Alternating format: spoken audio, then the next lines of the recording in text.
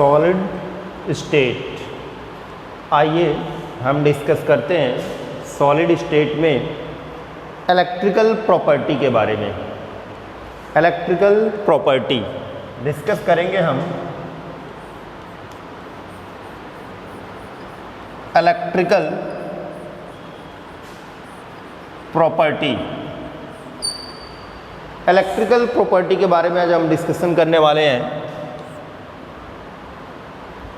Solid state की। और electrical property के बेसिस पे इसको 3 टाइप्स में डिवाइड किया गया है, जो आप पहले से जानते भी हैं। और जो हम इलेक्ट्रिकल प्रॉपर्टी का जो ये फेनोमेना पढ़ेंगे वो कंडक्शन के आधार पे पढ़ेंगे, कंडक्टिविटी के आधार पे पढ़ेंगे कि कितना कंडक्टिविटी है कि सॉलिड में कितना तेज़ी से इलेक्ट्रिक करंट का फ्लो हो रहा है उस सिस्टम में। तो इसको जितना ही तेज़ी से अगर किसी सिस्टम में इलेक्ट्रिक का फ्लो होता है उस सिस्टम की कंडक्टिविटी उतनी ही ज़्यादा होती है। हम इसको रेजिस्टेंस के टर्म में भी समझ सकते हैं। जिसका रेजिस्टेंस हायर होगा उसकी कंडक्टिविटी लोअर होगी। Resistance is inversely proportional to the conductivity. Higher the resistance lower the conductivity. पहला है हमारा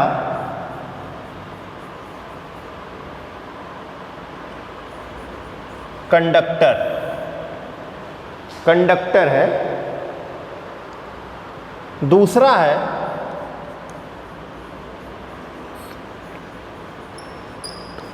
इंसुलेटर, इंसुलेटर। और तीसरा है हमारा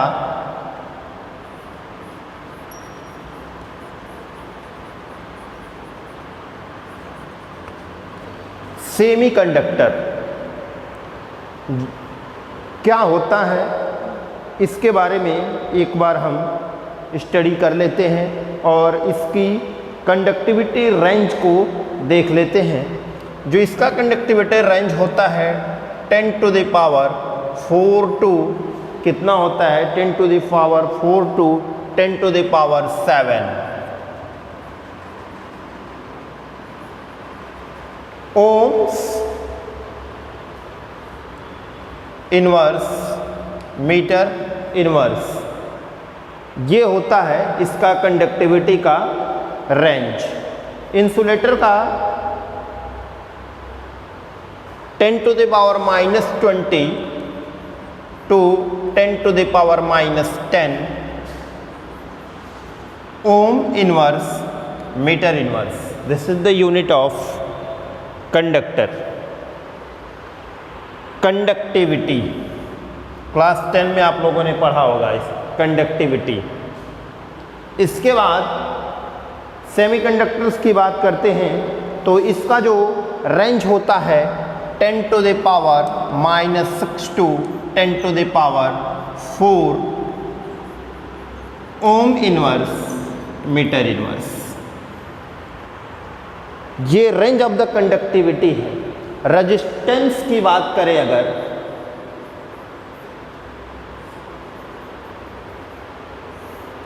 रेसिस्टेंस की बात करते हैं तो इसमें लोवेस्ट रेजिस्टेंस होगा और इसमें हाईएस्ट रेजिस्टेंस पाया जाएगा। और इसमें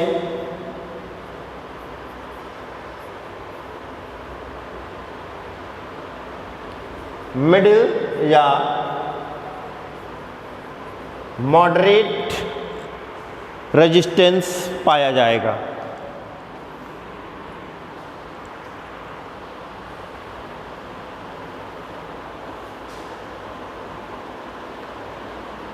कंडक्शन ऑफ इलेक्ट्रिकल, अब ये इसको हम बैंड थ्योरी के आधार पे समझने की कोशिश करेंगे कि क्या होता है बैंड थ्योरी।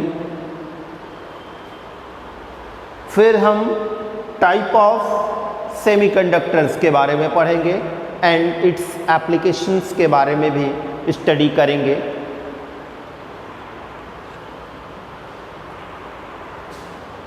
तो आइए अब हम देखते हैं बैंड थ्योरी।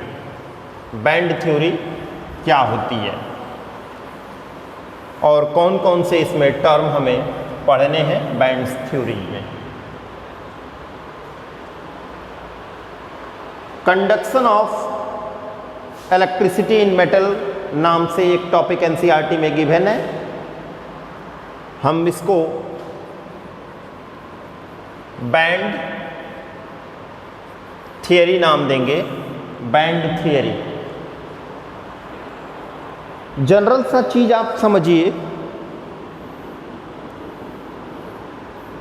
अगर एक हमारे पास कोई चीज है जो एक दूसरे पे ओवरलैप है, तो क्या इसमें कंडक्शन होगा कि नहीं। एक ये लोहे का वायर है और एक ये भी लोहे का वायर है और दोनों आपस में चिपके हुए हैं, तो इलेक्ट्रिसिटी का कंडक्शन होगा कि नहीं होगा। बिल्कुल होगा। ये पहला केस है। दूसरा केस है कि इसमें थोड़ा सा गैप है, तो हो सकता है कि अगर हाई पोटेंशियल हम अप्लाई करें तो यहाँ पे आयंस आयनाइज्ड हो जाए और इसमें इलेक्ट्रिसिटी फ्लो कर जाए। लेकिन अगर इस ऊपर वाले वायर में और नीचे वाले वायर में जो गैप हो वो ज़्यादा हो, तो क्या इलेक्ट्रिसिटी का कंडक्शन पॉसिबल है। नहीं है। तो देखिए मेटल के केस में, ये मेटल का केस है, ये हमारा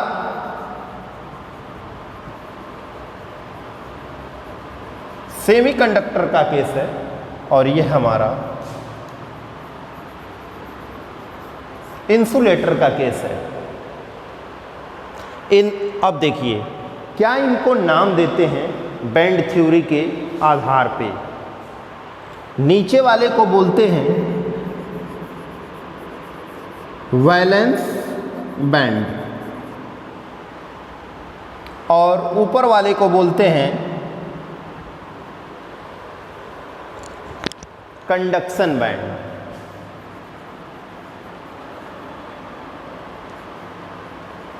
कंडक्शन बैंड। और ये जो गैप होता है इसको एनर्जी गैप और फॉरबिडन गैप के नाम से भी जाना जाता है। Forbidden gap.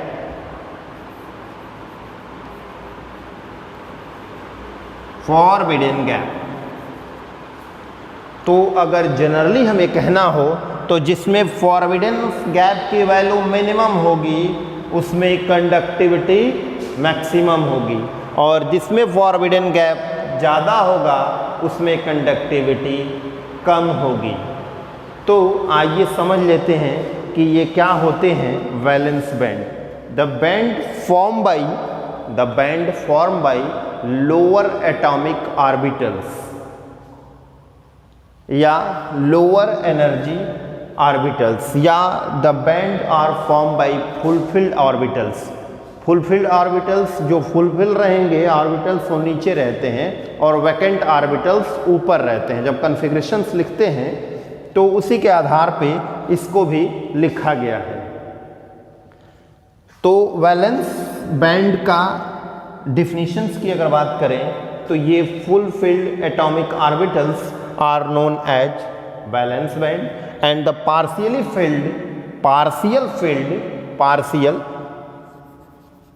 हाफ फिल्ड अगर है तो क्या हो सकता है कंडक्शन बैंड हो सकता है। वैकेंट होगा तो भी कंडक्शन बैंड होगा।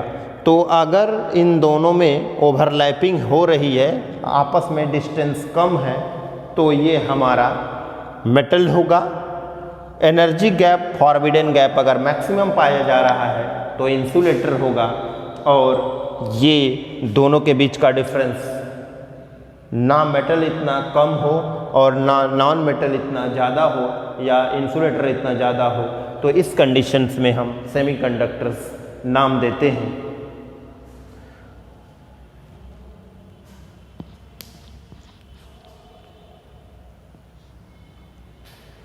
अब सेमीकंडक्टर्स को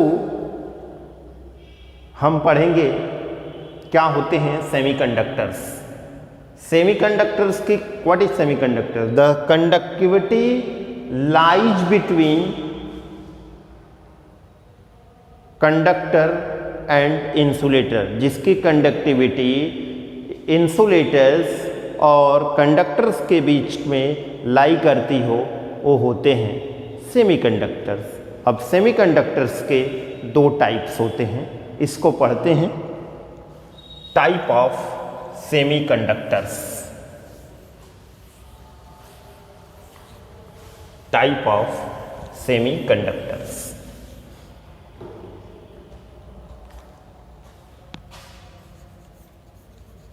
टाइप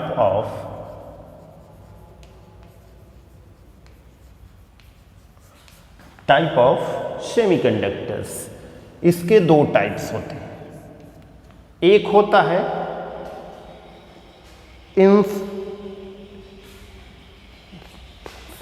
इंट्रिंसिक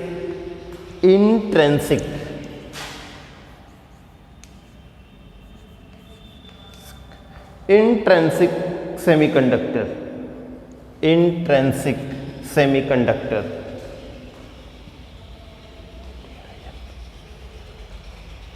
इंट्रिंसिक सेमीकंडक्टर और एक होता है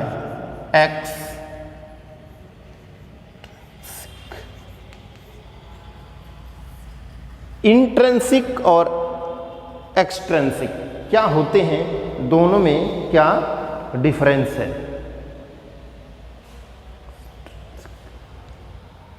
pure semi conductors are known as intrinsic और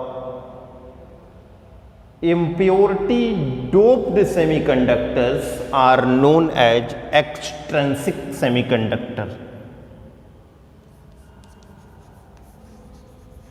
Impure semiconductors are known as extrinsic. कैसे impure बनाते हैं इसको भी पढ़ना है। How to make pure semiconductors change into impure semiconductors, और इस प्रोसेस को हम बोलते हैं डोपिंग। इस प्रोसेस का नाम देते हैं डोपिंग।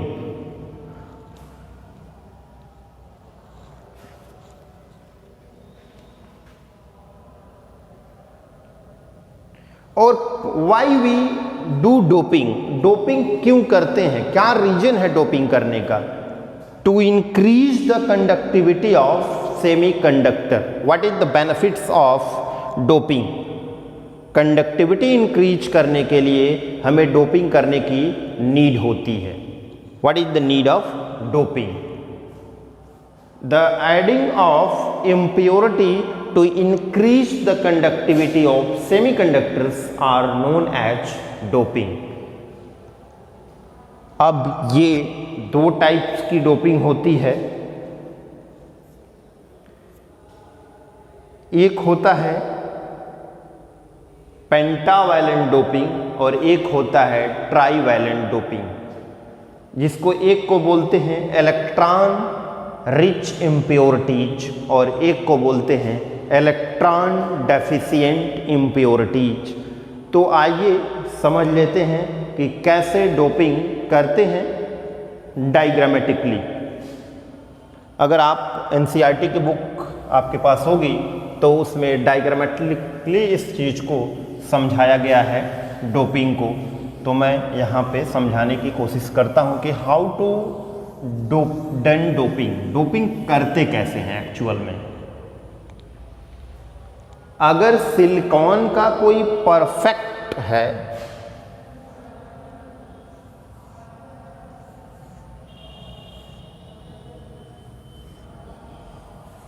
ये हम एक सिलिकॉन का क्रिस्टल ले रहे हैं, देखिए। तो इस सिलिकॉन के पास एक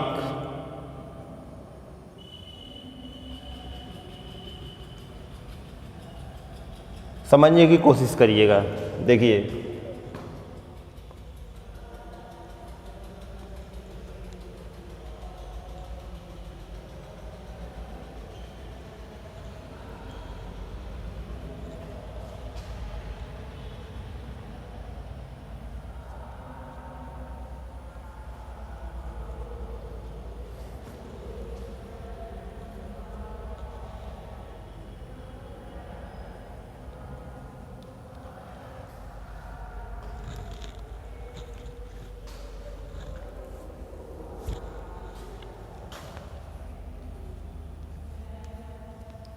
ऐसे अगर डोपिंग हम कर रहे हैं तो सीक्वेंशियली देख लेते हैं।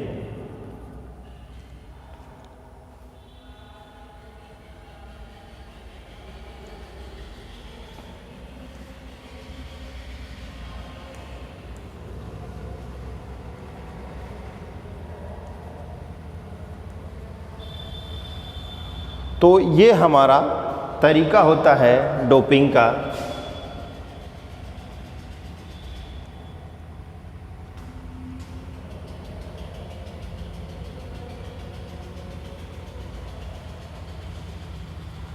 तो इस तरह से 4 हमारे सिलिकॉन के कंपाउंड्स मिलके एक बॉन्ड बना रहे हैं। अगर सिंपली इस स्ट्रक्चर को मैं बनाऊं तो देखिए समझने की कोशिश करिएगा। ये हमारा एक सिलिकॉन है तो इसके 4 हो गए, बाहर समझिए। और इसको 4 अगर सिलिकॉन के एटम सराउंडेड किए हुए हैं तो एक हमारा यहाँ पे हो गया सिलिकॉन का, दूसरा यहाँ पे हो गया, और तीसरा यहाँ पे, और चौथा यहाँ पे। तो इस सिलिकॉन का एक यहाँ पे आ जाएगा, इस सिलिकॉन का एक यहाँ पे आ जाएगा, और इस सिलिकॉन का एक यहाँ पे आ जाएगा, और इस सिलिकॉन का एक यहाँ पे आ जाएगा। बचे इसके 3, 1 2 3, फिर 1 2 3, फिर 1 2 3। ठीक है, तो इस तरह से ये ऑक्टेट बना लेते हैं। क्लियर? तो इस सिलिकॉन का ऑक्टेट पूरा हो गया। क्लियर है? लेकिन अगर इस सिस्टम में कोई पेंटावैलेंट इम्प्योरिटीज, समझ लीजिए पहले क्या होता है, पेंटावैलेंट इम्प्योरिटीज क्या होती है, जिनके आउटर मोस्ट सेल में 5 इलेक्ट्रॉन्स होते हैं, उनको हम बोलते हैं पेंटावैलेंट। तो नेपाल, नाइट्रोजन, फास्फोरस, आर्सेनिक, ये जो एलिमेंट्स हैं इनमें होता है 5-5, और इसके अलावा ट्राईवैलेंट, ट्राईवैलेंट में बोरॉन, एल्युमिनियम, गैलियम, ये सब एलिमेंट हैं जिनको हम डोप्ड करते हैं। क्लियर?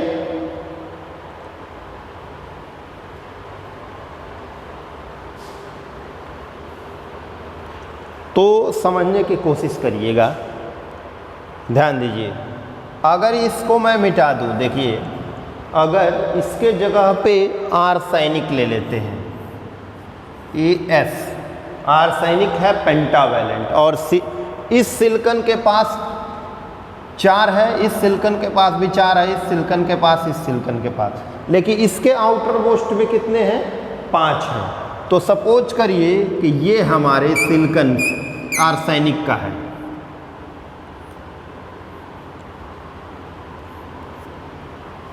एक 2 3 4, लेकिन अब भी आर्सेनिक के पास एक इलेक्ट्रॉन्स बचा हुआ है जो यहाँ पे फ्री इलेक्ट्रॉन्स के रूप में इसमें एग्जिस्ट करेगा, फ्री इलेक्ट्रॉन्स के फॉर्म में एग्जिस्ट करेगा।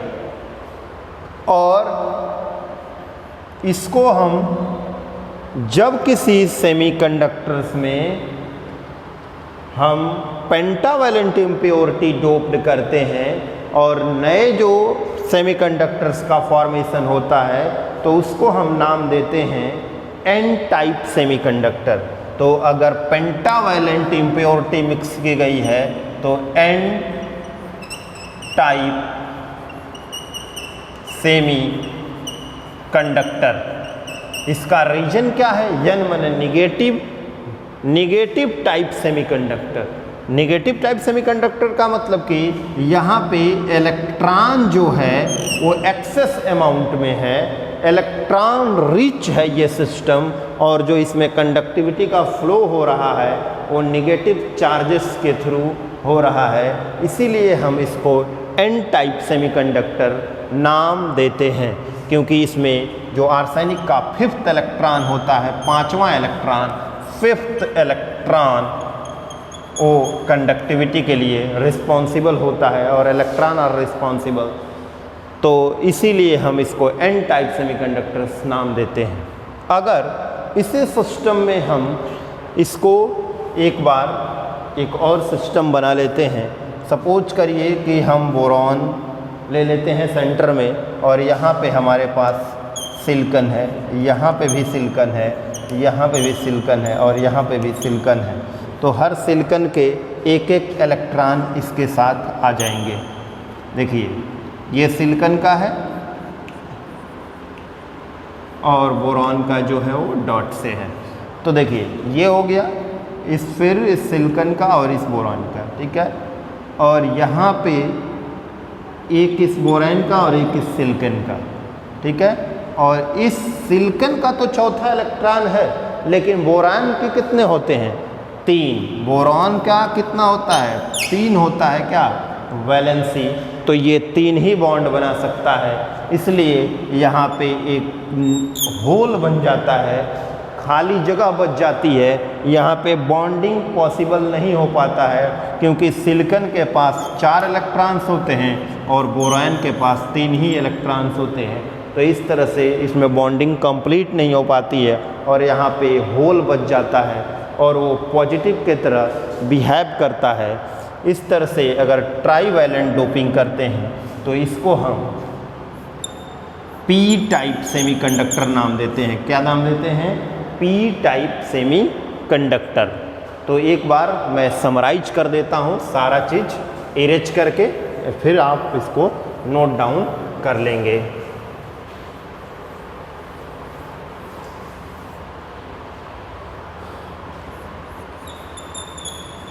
पेंटावैलेंट अगर मिलाते हैं तो उसको हम बोलते हैं एन टाइप। ट्राईवैलेंट अगर मिलाते हैं तो पी टाइप। पी टाइप इसमें इलेक्ट्रॉन्स के वजह से चार्ज फ्लो होता है और इसमें होल्स के थ्रू इलेक्ट्रॉन फ्लो होता है। तो इस तरह से हमने देखा, इसमें एक्सेस ऑफ इलेक्ट्रॉन होता है और इसमें डिफिशियंसी ऑफ इलेक्ट्रॉन होता है। तो यहाँ पे एक्सेस होता है वो नेगेटिव टाइप, यहाँ पे डिफिशियंसी होता है वहाँ पे positive type of the semiconductors नाम देते हैं। Applications of semiconductors. Application of semiconductors. Application of semiconductors. Photovoltaic cell.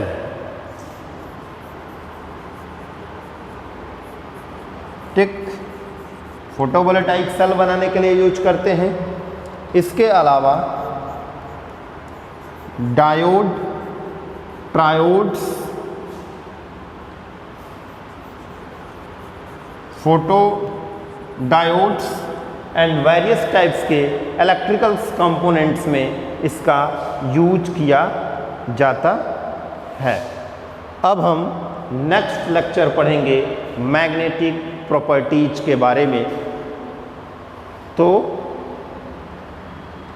हम देख लेते हैं magnetic properties of solid. Magnetic properties के आधार पे सॉलिड्स को, मैग्नेटिक फिनोमेना के आधार पे इसको 5 क्लासेस में डिवाइड किया गया है, जिसका पहला क्लास है हमारा पैरामैग्नेटिक।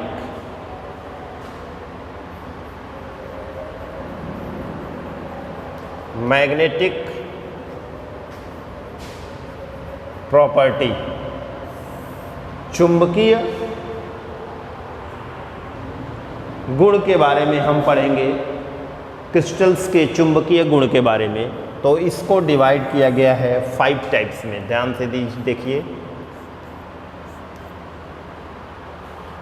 पहला है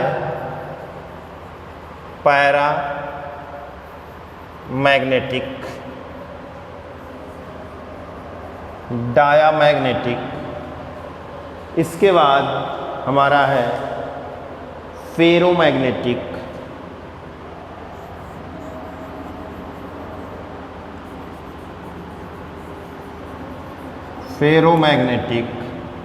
इसके बाद आता है हमारा एंटी फेरोमैग्नेटिज्म,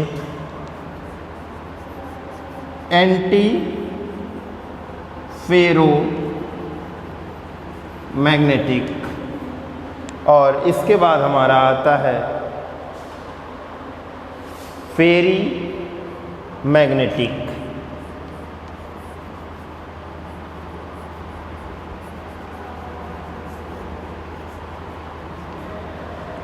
फेरी मैग्नेटिक एग्जाम्पल्स की बात करते हैं कि इसमें कौन कौन से एग्जाम्पल्स होते हैं। तो इसका एग्जाम्पल है Cu+, Fe3+, ये इसके कॉमन एग्जाम्पल्स हैं।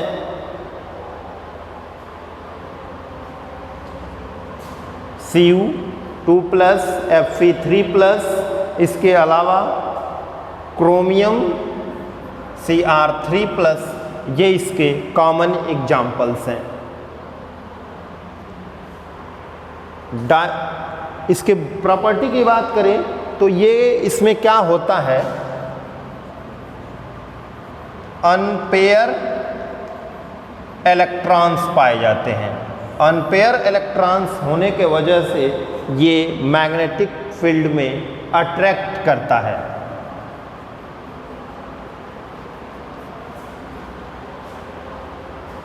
Paramagnetic substances having unpaired electron and they are attract in magnetic field, इसको अगर मैग्नेटिक फील्ड में रखा जाए तो ये अट्रैक्ट करता है। ये पैरामैग्नेटिक्स के प्रॉपर्टी होती है।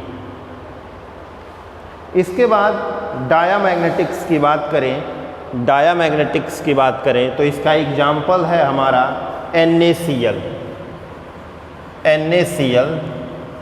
H2O, ये हमारा डायामैग्नेटिक का एग्जाम्पल है। और इसमें इलेक्ट्रॉन्स की बात करें तो पेयर्ड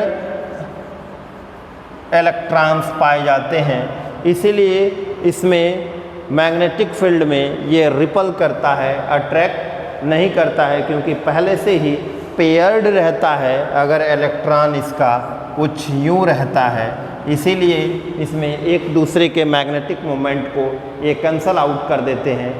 इलेक्ट्रॉन्स जो होते हैं पेयर्ड में और अपोजिट स्पिन्स में होने के कारण इनकी मैग्नेटिक प्रॉपर्टी कैरेक्टर्स लॉस हो जाता है। और इसमें no unpair electrons, all are paired electrons होते हैं और ये रिपेल करता है,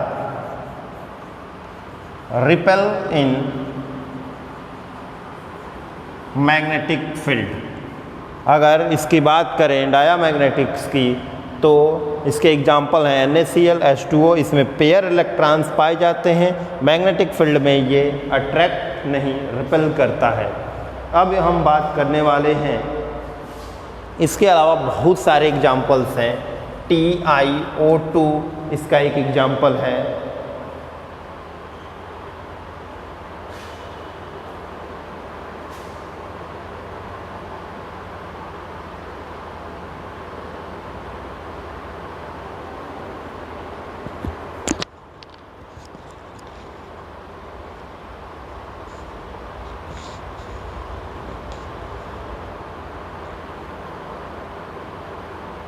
अब हम बात करने वाले हैं फेरी मैग्नेटिक सब्सटेंसेस के बारे में कि क्या होते हैं फेरी magnetic substance.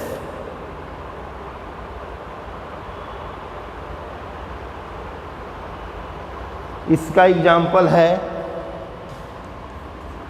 Iron cobalt. Iron and cobalt जो है इसके इम्पॉर्टेंट एग्जाम्पल्स हैं। इसके अलावा निकल भी इसका एग्जाम्पल है। और अगर अट्रैक्ट, और ये क्या करता है, अट्रैक्ट करता है मैग्नेटिक फील्ड में, इसमें जो पावर होता है वो अट्रैक्शंस का पाया जाता है, क्योंकि इसके जो इलेक्ट्रॉन्स का अलाइनमेंट होता है, सारे इलेक्ट्रॉन्स का जो अलाइनमेंट होता है एक ही डायरेक्शन में होने के कारण यह स्ट्रांगली अट्रैक्ट करता है मैग्नेटिक फील्ड में। इसका जो अट्रैक्शन होता है वो काफ़ी स्ट्रांग होता है मैग्नेटिक फील्ड में। इसके अलावा Cr2O भी इसका एग्जाम्पल है।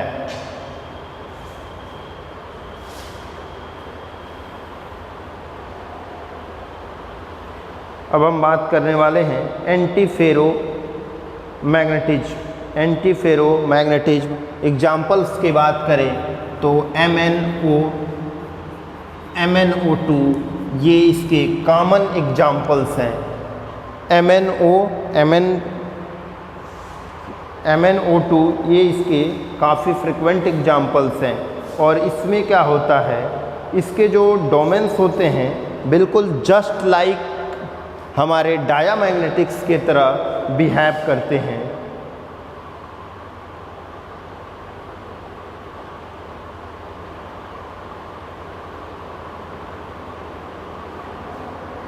इसका डोमेन्स की बात करें तो इसमें जो अट्रैक्शन होता है बिल्कुल नहीं होता है।